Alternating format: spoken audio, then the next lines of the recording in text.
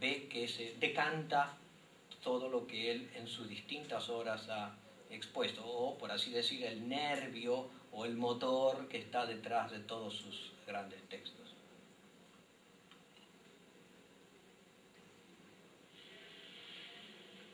Ustedes saben que uno de los libros que yo escribí es precisamente sobre el psicoanálisis y el análisis que hace a su vez Ricoeur del psicoanálisis.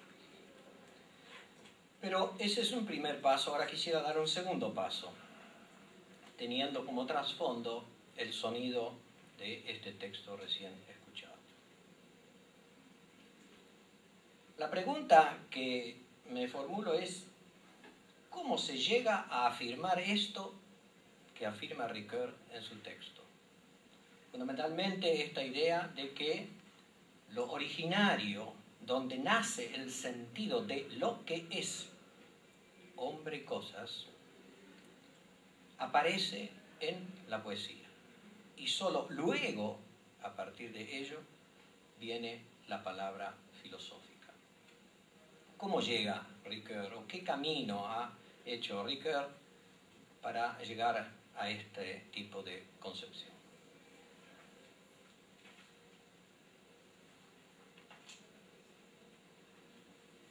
Fíjense, en el punto de partida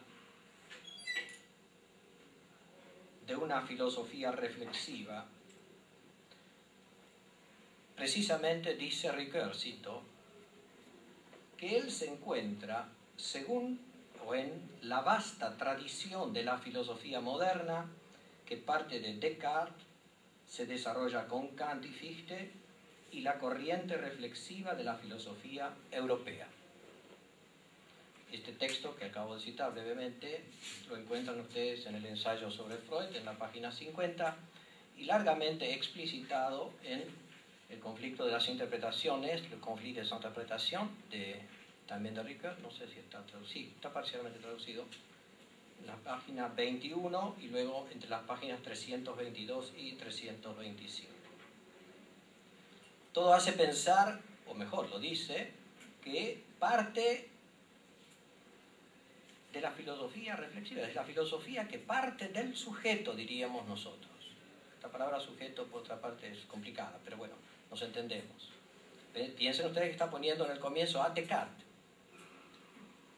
Parecería que entonces debería resolverse esta filosofía en una suerte de solipsismo o idealismo, como en algunas exposiciones habituales de la filosofía aparece, como si de Descartes viniera toda la corriente que culmina en el idealismo, lo cual no digo que no sea cierto. Pero ¿qué pasa con Ricoeur? Él, habiendo partido de eso, rompe con la posible clausura solipsista o idealista. Más, se puede decir que toda su obra, de distintas maneras, es un denodado intento por romper lo que él llama el círculo encantado del idealismo.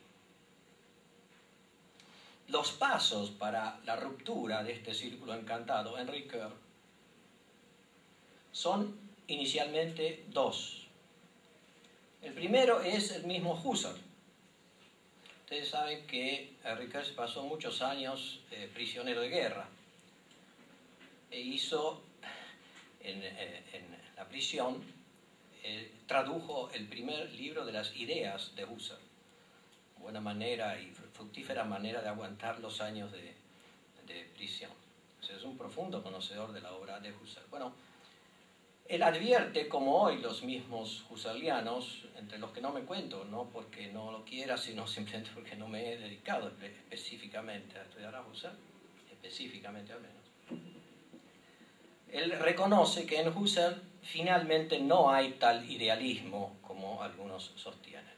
Hay algunos textos de Husserl que dan lugar, a pesar de Husserl, a una salida que hoy nosotros llamaríamos, según la oposición habitual, realista. Ese es el primer paso, una visión crítica del presunto idealismo de Husserl. El segundo paso, en esta misma línea, es decir, en la línea de la fenomenología, es Heidegger. Allí no se trata de mostrar lugares en donde, malgré lui, a pesar de él, haya una salida realista. Más bien hay que decir, según yo entiendo, que en este sentido Heidegger se ubica en una posición anterior a cualquier disputa realismo-idealismo. Y esto por atención a la cotidianidad, a la vida cotidiana. Es decir, en el habérnoslas cotidiano con las cosas, no advertimos la oposición sujeto-objeto, que ella sí puede llevar a una posición de corte idealista o a la disputa entre idealismo y realismo. En este sentido, la atención a la cotidianidad imposibilita el planteo de la disputa realismo-idealismo. Les invito, por ejemplo, a que lean ustedes el parágrafo 13 de Ser y Tiempo, páginas 61 y 62, donde muestra Heidegger que no tiene sentido hablar de un adentro y un afuera del sujeto. No voy a entrar yo en este tema, pero bueno, los que el año pasado hicieron conmigo un breve seminario sobre Heidegger, algo de eso vimos. Esta posición, por así decir, anterior a cualquier posible disputa realismo-idealismo, por atención a la cotidianidad. Fíjense que uno de los primeros textos, bueno, no tan primero, pero anterior a Ser y Tiempo, de Heidegger se llama Hermenéutica de la facticidad. Por cierto, el término Faktizität en Heidegger tiene un sentido, en esta hermenéutica de la facticidad, diverso del sentido que luego va a tener facticidad, por ejemplo, en Ser y Tiempo.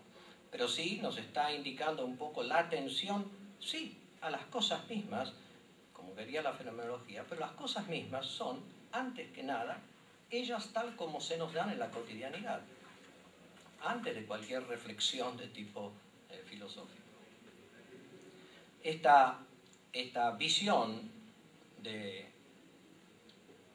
la cotidianidad del acontecer humano es lo que lleva a Heidegger a terminar denominando al hombre, como ustedes saben, ya no hombre simplemente, sino Dasein o también Existenz, ex fuera, y también ser en el mundo.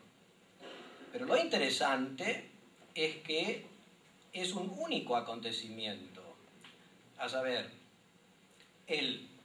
permítanme Heidegger decirlo, el hombre cabe las cosas de entrada, y las cosas son en la cotidianidad aquello que hacia mí, desde sí hacia mí viene. Es decir, que hombre y, vamos a usar un término con cierta imprecisión, si lo veo desde Heidegger, hombre y mundo constituyen un único acontecimiento. Por eso la expresión in der Welt sein, ser en el mundo, donde en no significa un continente dentro del cual. Es decir, que para Heidegger, y ya nos vamos acercando a lo que me interesa, ¿qué es el Dasein? ¿Qué es el hombre? Es un estar siendo que es comprensión familiar. Ahí está lo de la cotidianidad. Familiar. De sí cabe lo otro, con los otros, en orden a propias realizaciones, ello, a su vez, según un horizonte o mundo precedente de familiaridad. Es decir, nos la sabemos con las cosas, que yo cuando tomamos el banco para sentarnos, ahí está una vernoslas con las cosas. Pero ese banco con el cual tengo que habérmelas sentándome en él, es ya un estar haciéndome cargo de él, comprendiéndolo, no teoréticamente. Y esto supone un trasfondo, un horizonte que él llama mundo, que es, por ejemplo, la totalidad de lo que aquí está presente, no como suma. Este banco tiene sentido para mí porque estoy comprendiendo, y antes, no temporalmente, que esto es un aula, que esto es una universidad, que somos estudiantes de filosofía. Todo eso está como horizonte que hace posible. Si esto es así, ¿qué se propone Heidegger en Ser y Tiempo? Es develar entonces las estructuras o momentos constitutivos de tal estar así siendo como comprender. Las estructuras. Ricoeur acompaña a Heidegger en este tema que estamos tratando, en muchas otras cosas lo acompaña también.